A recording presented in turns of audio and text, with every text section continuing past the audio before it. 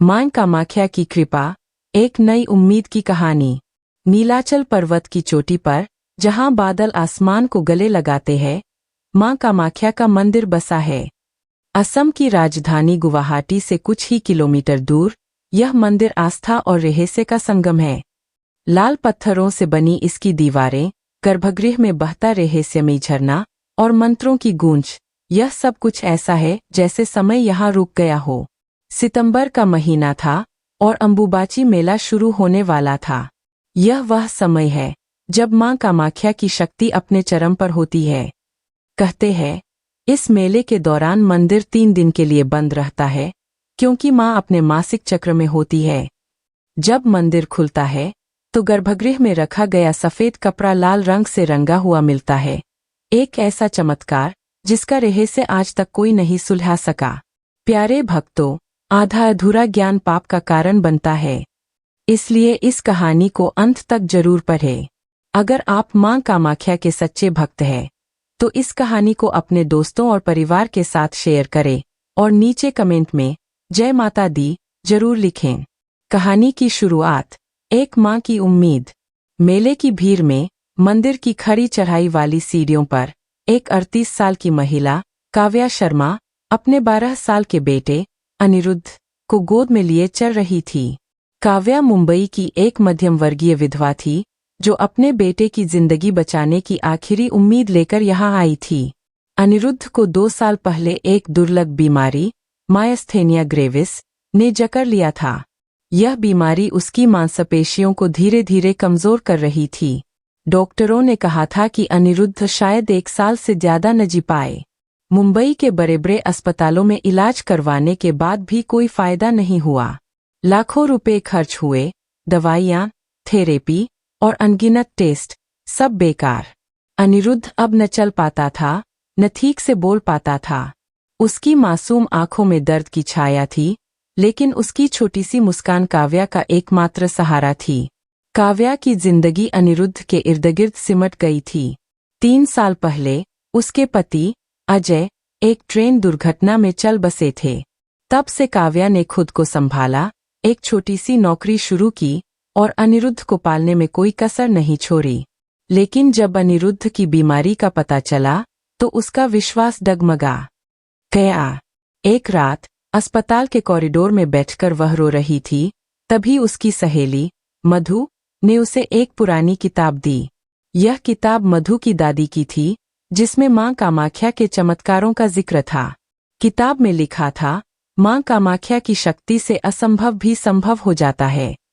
मेरे बेटे को मिर्गी के दौरे पड़ते थे, लेकिन मां के दर्शन के बाद वह पूरी तरह ठीक हो गया। मधु ने कहा, काव्या, तुम्हें गुवाहाटी जाना चाहिए, मां सब ठीक कर देंगी। काव्या ने पहले इसे अंधविश्वास कहकर टाल दिया। वह एक स्कूल टीचर थी जो विज्ञान और तर्क में विश्वास करती थी। लेकिन उस रात जब अनिरुद्ध ने दर्द से कराहते हुए कहा, मम्मी मैं थक गया हूँ, तो काव्या का दिल टूट गया। उसने उसी रात गुवाहाटी की ट्रेन टिकट बुक कर ली। अब वह यहाँ थी, नीलाचल पर्वत की सीढ़ियों पर, अनिरुद्ध को गोद में लिए, एक अनजान आशा के सहारे। नीलाचल की सीढ़ियाँ और रहस्यमयी माहौल। सीढ़ियाँ चढ़ते वक्त अचानक बारिश शुरू हो गई। असम की बारिश तेज, ठंडी और बेकाबू थी। काव्या ने अनिरुद्ध को अपनी साड़ी से ढक लिया। रास्ते में एक बुजुर्ग साधु ने उसे रोका। बेटी, मेला शुरू होने वाला है। मां की शक्ति बहुत प्रबल है। सच्चे मन से प्रार्थना करना, लेकिन सावधान रहना। यहाँ हर कोई मां की कृपा का हकदार नहीं होता। साधु कुछ और कहना चाहता था, लेकिन रुक गया। काव्या ने पूछा, क्या बाबा? साधु ने सिर्फ इतना कहा, मां सब देखती है, और वह भीड़ में गायब हो गया। मंदिर परिसर में पहुंचते ही काव्या के रोंगटे खड़े हो गए।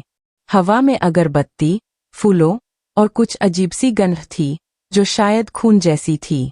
मंदिर के बाहर तांत्रिकों की भीड़ थी। कोई मंत्र जप रहा था, कोई बलि की तैयारी कर रहा था।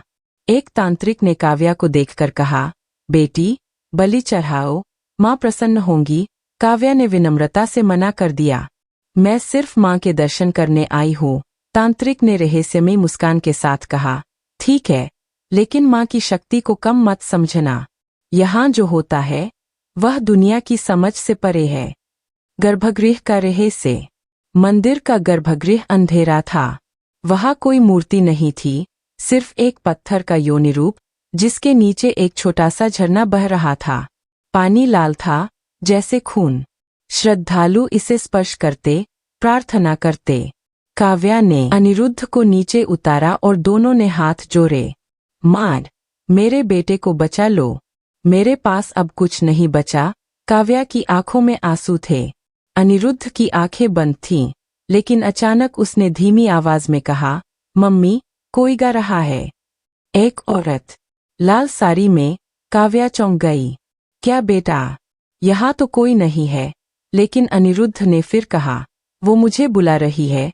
काव्या ने आसपास देखा, लेकिन गर्भगृह में सिर्फ दियों की रोशनी और मंत्रों की गूंज थी। दर्शन के बाद काव्या बाहर निकली, लेकिन उसका मन बेचैन था। अंबुबाची मेला शुरू होने वाला था और मंदिर 3 दिन बाद बंद होने वाला था। काव्या ने फैसला किया कि वह मेले तक रुकेगी। अंबुबाची मेला, आस्था और रहस्य का संगम। अगले दिन मेला शुरू हुआ। नीलाचल पर्वत रंग-बिरंगे तंबुओं, भजन कीर्तन और असमिया नृत्यों से जीवंत हो उठा। काव्या ने मंदिर के पास एक छोटे से लॉज में कमरा लिया। अनिरुद्ध की हालत स्थिर थी, लेकिन वह अब बोलने में भी दिक्कत महसूस कर रहा था। रात को काव्या सो नहीं पाई। बाहर मंत्रों की आवाजें थीं और कभी-कभी ऐसी चीखें सुनाई देती जो रोंगटे खड़े कर देती थीं। दूसरे दिन काव्या की मुलाकात राधा से हुई, जो मंदिर के पास पूजा का सामान बेचती थी। राधा ने बताया, दीदी, यह मेला कोई साधारण मेला नहीं।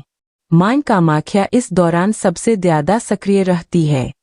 लेकिन सावधान रहना, कुछ तांत्रिक यहाँ गलत साधनाएं करते हैं। पिछले साल एक तांत्रिक ने मां की शक्ति को चुनौती दी थी। रात को मंदिर के बाहर अचानक आग की लपटें उठी थीं और वह तांत्रिक फिर कभी नहीं दिखा। काव्या को ये बातें डरावनी लगीं, लेकिन उसका ध्यान सिर्फ अनिरुद्ध पर था। उसने राधा से पूछा, क्या मां सच में चमत्कार करती है? राधा ने मुस्कुराते हुए कहा, दीदी, मेरे पिता को लकवा मार गया था। डॉक्टरों ने जवाब दे दिया था।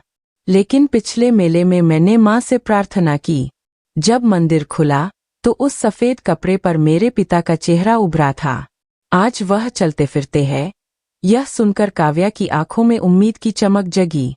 लेकिन राधा ने धीमी आवाज में कहा, पर दीदी, मां की शक्ति हर किसी के लिए नहीं। जो शुद्ध मन से नहीं आते, उनके साथ कुछ ऐसा होता है जो समझ से परे है। मेले का तीसरा दिन, एक अनहोनी। तीसरे दिन मंदिर के दरवाजे बंद हो गए। अंबुबाची मेले का सबसे पवित्र हिस्सा शुरू हुआ। पुजारी ने गर्भगृह में एक सफेद कपड़ा रखा और दरवाजे बंद कर दिए। बाहर भीड़ बढ़ती जा रही थी। काव्या और अनिरुद्ध अपने तंबू में थे। रात को अचानक तेज हवा चली। आसमान में काले बादल छा गए और बिजली कड़कने लगी।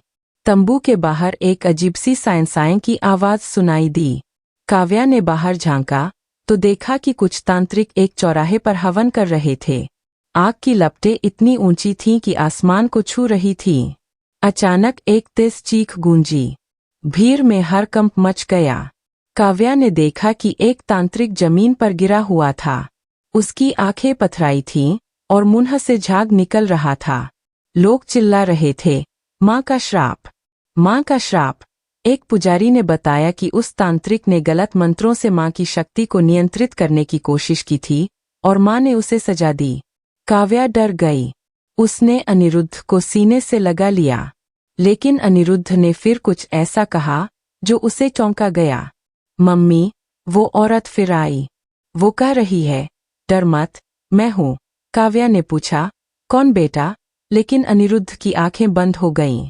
उसकी सांसें धीमी हो रही थीं। काव्या घबरा गई। उसने लॉज के मालिक को बुलाया, लेकिन कोई डॉक्टर उपलब्ध नहीं था। रात के 3 बजे थे और बारिश तेज हो रही थी। चमत्कार का क्षण। तीसरे दिन सुबह मंदिर के दरवाजे खुलने वाले थे। काव्या ने अनिरुद्ध को गोद में उठाया और भीड़ में शामिल हो गई।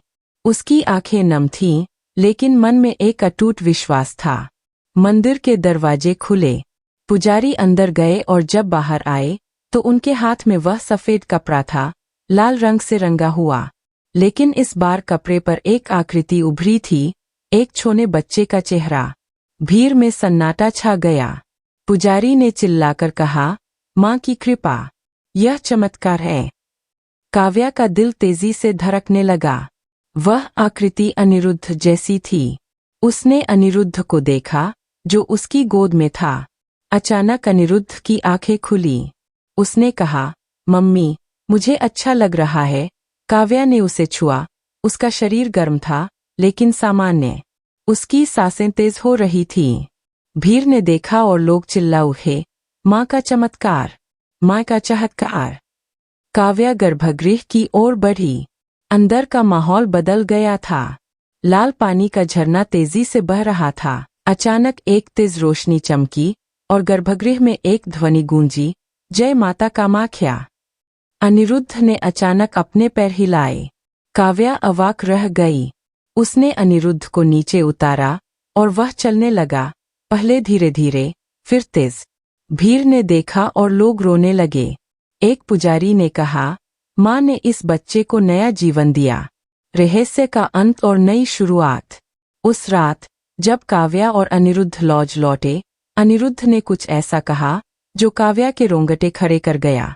मम्मी, माँ ने कहा कि वह मेरे साथ मुंबई जाएंगी। काव्या ने हंसकर टाल दिया। लेकिन अगली सुबह जब वह सामान पैक कर रही थी तो उसे अनिरुद्ध की दवाइयों की थैली में एक छोटा सा लाल कपड़ा मिला। उस पर मां कामाख्या की आकृति उभरी थी। मुंबई लौटने के बाद अनिरुद्ध का टेस्ट हुआ। डॉक्टर हैरान थे। यह असंभव है। उसकी बीमारी के सारे लक्षण गायब है। अनिरुद्ध अब स्कूल जाता, खेलता और अपनी पुरानी जिंदगी जीने लगा। लेकिन काव्या का मन शांत नहीं था। वह लाल कपड़ा, वह आकृति, वह मां की आवाज, क्या यह सब सच था या सिर्फ एक भ्रम? एक रात सपने में उसे लाल साड़ी वाली औरत दिखी। उसने कहा, काव्या, मेरी शक्ति को दुनिया को बताओ, लेकिन मेरे रहस्य को रहस्य ही रहने दो। सुबह उठते ही काव्या ने वह लाल कपड़ा अपने घर में एक छोटे से मंदिर में रख दिया। उसने कभी किसी को नहीं बताया कि वह कपड़ा कहाँ से आया। लेकिन हर साल वह और अनिरुद्ध गुवाहाटी जाते, मां कामाख्या के दर्शन करने। दोस्तों, इस कहानी को अपने दोस्तों, परिवार और रिश्तेदारों के साथ शेयर जरूर करें। अगर आपको यह कहानी पसंद आई तो कमेंट बॉक्स में जय माता दी जरूर लिखें। धन्यवाद।